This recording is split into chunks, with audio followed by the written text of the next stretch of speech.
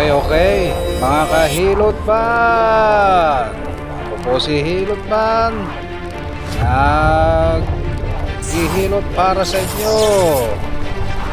Yan po ang aking mukha na wala kasawa-sawa niyong tingnan.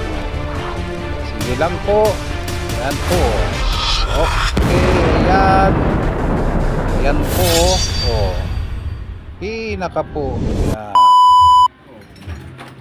Okay, magandang umaga po. Ayan po si Sir na mula pa sa Kabuyaw. Pumunta po dito sa Batangas na masakit ang kanyang balikat. Ayan po oh. Inikot-ikot para na sabi niya dislocation, pero hindi naman. Itataas naman po niya. Oh, sa kabila po ganoon din po. Natataas din po. Kaso nga lang, masakit po ang nararamdaman niya kanina. Yan po. Sa una po talaga, inuuna ko muna ang kamay, tapos ang ulo. Kung ito ay may nararamdaman. Kapag may matigas po diyan, sigurado po na may masakit po talaga sa kanya. Ayan po. Ikot hanggang siko, hawakan ng siko. Hanggang balikat kung may nararamdamang sakit. Sa kabila ho, ganyan din po. Ikot-ikot, hawakan ng siko. Palagutukin. Kung matagal natin, kung kayo gusto matuto, tingnan nyo rin po. Yan po ay pag-uunat lang po yan ha. Sabi nga nila, Cairo, pero hindi ho. Unat-unat lang ho ng mga buto yan. Hindi naman hindi naman. Pero sa mga wag lang ho sobra-sobra ang pagpihit dahil masama po sa buto po yan pag sobra-sobra. Ano po pala yan? Kasama kang po na. Pihit. Okay. Yan, kasunod na po ang ulo.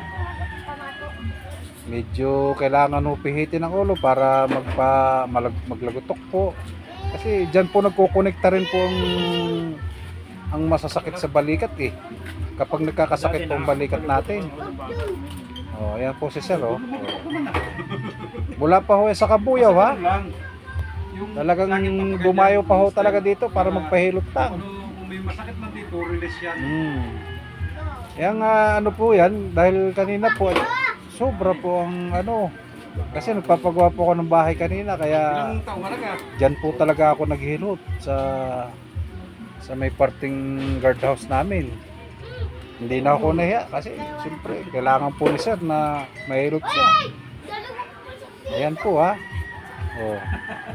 Kung nakikita nyo po, ayan medyo na masakit pero survive lang ho ng mga 5 minutes. Aray, tiis lang po talaga. Ayan po left and right po yung problema niya. Left and right lang po yung problema niya. Ayan po. Yan. Kung kayo may masakit din po ang yan ganyan din po ang mga balikat ninyo. Basta wala lang ang bakal. Ayan talaga super sakit talaga po nararamdaman niya. Kasi hindi daw siya pinapatulog na sakit niya. Yan, ganyan pagsabayin niyo po. Ayan po. Yan, sa part na yan, talagang grabe ang lagutok ng katawan niya. Akala mo parang sobrang dami. Naimasmasan po. Dapa ka muna, palagutok mo natin bago muna. Ang sunod po naman niya, palagutokan din naman ang likod. Sige na. Para siyempre lahat ng mag-release ang nararamdaman niya. Yung pong video niya, pinapakita ko po para siyempre hindi naman po tayo bahay ha. may alam din po ang isa't isa sa atin. Kung paano pag emergency pwede nyo gawin yan, pero wag lang po talaga sobra-sobra.